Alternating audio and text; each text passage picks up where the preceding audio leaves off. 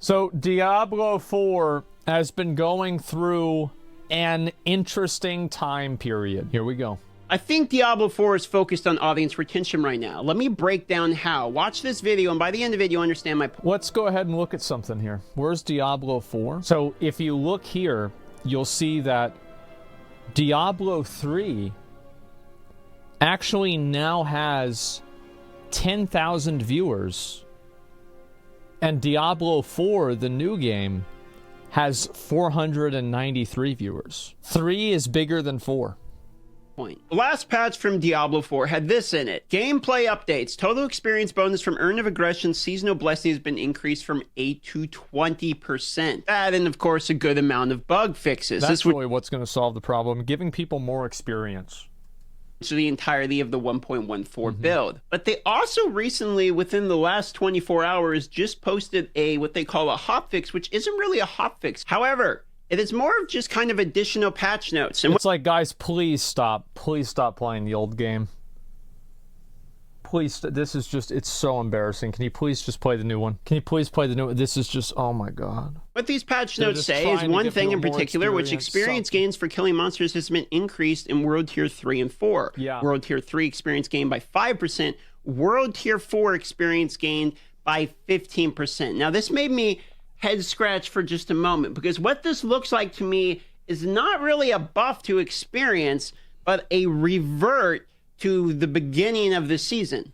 Now, if you remember this patch, 1.1a, this is the launch of the season patch here, new unique items, legendary aspects, etc. And if you scroll down far enough, you're going to see we are adjusting bonus experience rewards for killing monsters that are higher level than the player. And you can see the developer's notes. We have observed that experience bonus rewarded for killing higher level monsters escalates too fast when compared to the relative challenge involved. We still want to reward players for taking on this challenge by encouraging them to participate in power leveling together instead of one player killing enemies while another member of their party waits at the dungeon entrance. So this right here, we effectively had a nerf to experience from 1 level higher to 3 level higher, 25%, to 10 levels higher at 15%. Yeah, they massively nerfed it. So 15% basically experience instead of 25. Yeah. And that's if you're fighting things higher level. Effectively, this is a nerf for all players in terms of experience. We already know this. This is another patch. But then if we add in the previous update here with the bonus experience from 8 to 20%, and then if we actually look at the bonuses we're getting, which is gains increased by 15%, we're right back into the experience that basically we had at the beginning of the season. So I was trying to understand why they would do this. Like, why would you nerf the experience in the beginning, but then buff the experience later on in the season? Like, they didn't... I think the reason why is the same reason why Blizzard, and I think that this is what he's going to go into based off of the title of the video, is that Blizzard always did this with WoW, and this is what burned out the player base, and it's why nobody cares about Dragonflight anymore. This is why, like, for example, Belluer said that the actual gameplay videos about WoW nowadays are performing worse than they ever have before in history. Because nobody gives a fuck about the game anymore, because what they tried to do is they tried to focus on making all of the players that were super addicted play as much as possible, and then buffing it later on for the casual players to keep the casual players invested, but not to release it buffed so they could farm more engagement metrics and more player retention metrics from the no-life players that are going to farm the system no matter how bad it is. The Belluer issue is because nobody needs gear guides anymore because it's so simple now. No, that's not the reason why. The reason why is nobody gives a shit about the game. That's why if you look at Twitch, nobody's watching the game. If you look at YouTube, nobody's making videos about the game. Nobody cares about it. That's just how it is. This isn't my opinion. This is what the numbers show. Like, I don't have an opinion here. The numbers reflect this outcome. Really make a lot of sense to me. Until I started actually focusing on what it is they were buffing nerfing. For instance, one of the nerfs that has not been changed at all is the fact that monsters that are over leveled than you, for instance, if you are level 1, it used to be the level 100 monster mobs would give you full level 100 experience. Right. Now it's only level 11 would be the total level of experience you would get. Effectively, you can only get experience up to 10 levels higher of a mob than your character currently is. Now, while experience has been... I'm going to have to say, like, if Blizzard does this, and this is why, it's one of the reasons why I kind of stopped playing WoW patches whenever they first came out, is that I kind of realized what Blizzard was doing. I realized that they would release systems that were badly designed, and then after they farmed enough player retention, like kind of they got over that, you know, they started hitting like that diminishing return from like player investment, then they would nerf it. So I just stopped playing until they added that. Like I never really played the last patch of Shadowlands until after they added the creation catalyst. Like Shadowlands was the last time I wasted my time with that shit. Buffed. It doesn't, they didn't change or account for any of these type of situations for power leveling. Then I was looking at the patch notes and if realized they do that in Diablo 4 again, I'm just not going to play the game anymore. There's just no reason to. The total experience bonus from Urns of Aggression is also a mechanic that requires you to do some leveling already. It's a later stage experience mechanic that more activates and will get the benefits of the buff if you have already played the game for a little while this season in order to unlock these seasonal buffs. Basically, you don't get them right away at the beginning. Then I looked at the experience buffs that we had in the recent hotfix. If you look at this here, World Tier 3, World Tier 4. These are, again, not immediate. These happen after you unlock the World Tiers, which, depending upon your playstyle and how strong your character is, could be, you know, 50s and 60s, or it could be 60s and, like, 80s, but most people unlock it earlier. It's like 50 to so 70. Effectively, these experience buffs, from what I can tell, only happen on the back half of the character. So the logic Which, to be fair, I think is fine. Like, I think they need to buff that anyway. Because, like, you stop getting gear upgrades as often at, like, probably 75 or 80. Because you've already kind of hit kind of a plateau on your gear. And, like, you're just waiting for, like, that one really good piece of gear that has, like, all the right stats. So, like, at that point, you need to have faster leveling. And you need to have, like, Paragon levels and shit like that. Because there's nothing else you're going to get. Too was this is an audience retention play by Blizzard. Effectively, somebody over there probably realized that what happens is you have your player count here on the left, you have your level here, okay? So as people has started playing the game, they're downloading the game and playing the game more and more and more, there's players, and at some point we had, you know, the cap of the players, right? Now the levels are continuing at what level people are, right about to here. People are enjoying the game and everything's going good. Audience retention's fine. Then people hit a wall right about here, and which is about level 70 approximately, okay? Right around World Tier 3, World Tier 4, we start to see the players finish off the bell curve. It starts to drop off right about until we get to like level 100. Barely anybody actually plays to level 100 right about here. However, I didn't even get this 100 portion, this season. especially to 50, okay, right about here to 50, this is a rock solid graph in my opinion. I actually think a lot of people enjoy the 1 to 50. I think when you start I think it's hilarious that Blizzard ironically made the only fun part of the game optional. Personally, I would have rather, and like now we don't have to do either one, which is like an advantage, but like I would have rather done the campaign than Renown again. Diablo, it is very engaging. It's a good game to play through the campaign, right until you get to World Tier 3. All of that, the excitement is decent. I actually still think that. I actually think the game is pretty decent in the start. So what they do with like, these... I always like that, in like PoE and like back in the day in Diablo 3, it's like how fast could you kill Belial, right? And you would like benchmark your character, like in PoE, like did you ever do this? Like how fast could you kill Brutus? How fast could you kill like Dominus? Or like Kitava? Right? Like, and you would always benchmark your character. And, like, you could do the same thing in Diablo 4.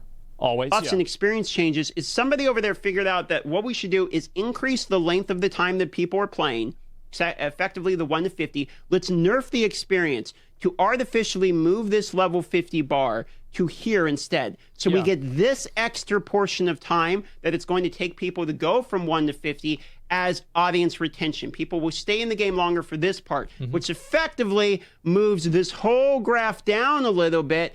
So that way, by the time they hit 70 or 80, they've been in the game longer, and maybe they're more committed to the game. And then what they do is they have another play where, hey, people are dropping off really fast here. What if we shrink the level 100 and move it closer to the level 70, so that maybe it's right about here, so we can save this amount of player drop off. Yeah, they're trying to min-max, basically. They're trying to min-max the graph to keep as many people engaged for as long as possible. Yeah, they're trying to artificially extend it. This is the way Blizzard does things. They did this with WoW, like, for how many years?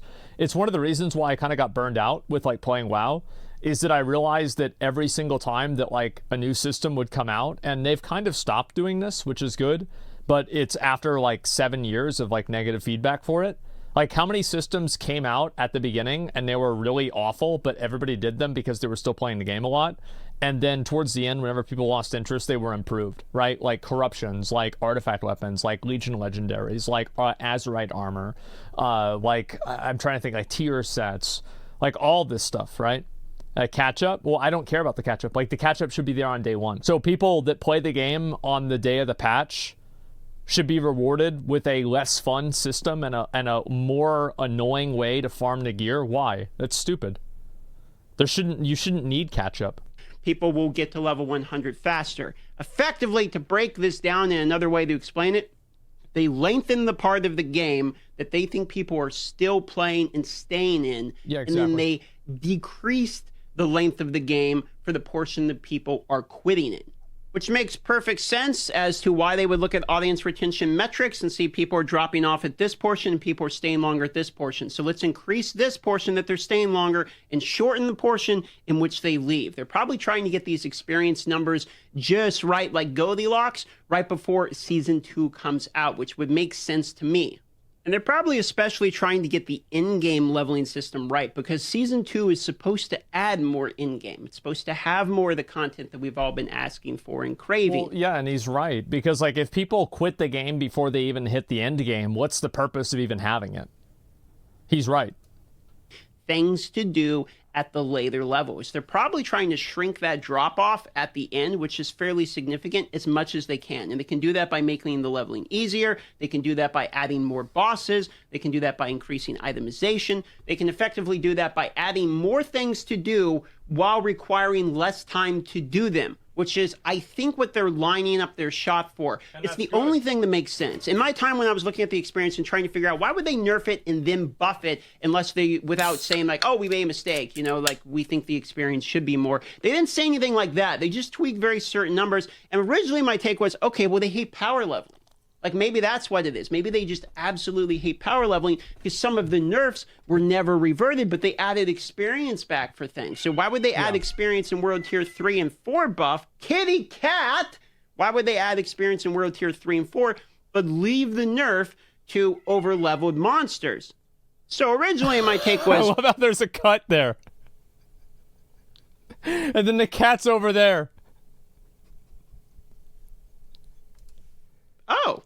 Well, that's the can. Yeah, so he probably just got power food. leveling. But if you realize it, I think it's both. I think they don't like power leveling because it messes with this audience retention metric. For instance, if the strategy is when you get into the game, is just find somebody to power level you from 1 to 50, then you're rushing through the part of the game that Blizzard has the data that shows people stay the longest in this game. So they're not going to want people to rush all the way past the part of the game that people stay the long. This is actually a really good insight that he's saying that, like, Blizzard doesn't like power leveling because power leveling is the part of the game that Blizzard thinks is going to retain players more.